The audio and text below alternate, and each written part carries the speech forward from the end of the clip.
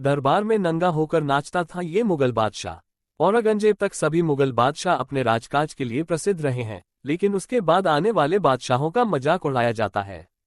इन्हीं में से एक मुगल बादशाह जहांदार शाह भी थे, जिसे इतिहास में लंपट मूर्ख मुगल कहकर पुकारते हैं।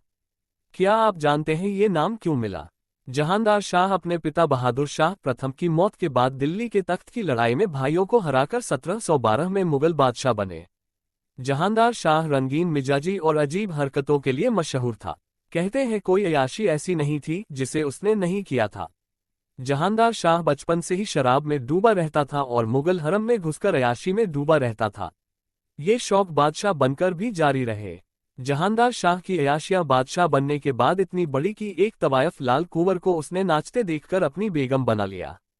लाल कुंवर उम्र में जहांदार शाह से दोगुनी थी, पर उसका जादू ऐसा था कि दिल्ली के मुगल दरबार में उसकी कही बात ही हुक्म कहलाती थी। लाल कुंवर के कहने पर जहांदार ने अपने बेटों को कैदखाने में डाल दिया था। लाल कुंवर ने दरबार में भी रिश्तेदार ऊंचे ओहदों पर बैठा दिए थे। जहांदार शाह को लाल कुंवर ने हरम और मुजरे में ऐसा डुबा दिया था कि वह नशे में चूर होकर औरतों के कपड़े पहनकर उनके साथ नाचता था। जहांदार शाह कई बार औरतों के कपड़ों में तो कई बार नंगा होकर ही दरबार में गद्दी पर बैठ जाता था और वहां नंगा ही नाचने भी लगता था। जहांदार शाह की इन अजीबोगरीब हरकतों के कारण ही उसे लोग मूर्ख लंपट मुगल कहने लगे थे।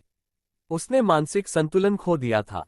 जहांदार शाह का मानसिक संतुलन इतना बिगड़ गया था कि उसने महज लोगों की चीखें सुनने के लिए नाव को नदी में डुबोने का हुक्म दे दिया था।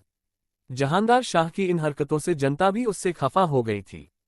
इसी का फायदा उठाकर उसके भतीजे फर्रुखसियर ने उसकी हत्या कर दी थी।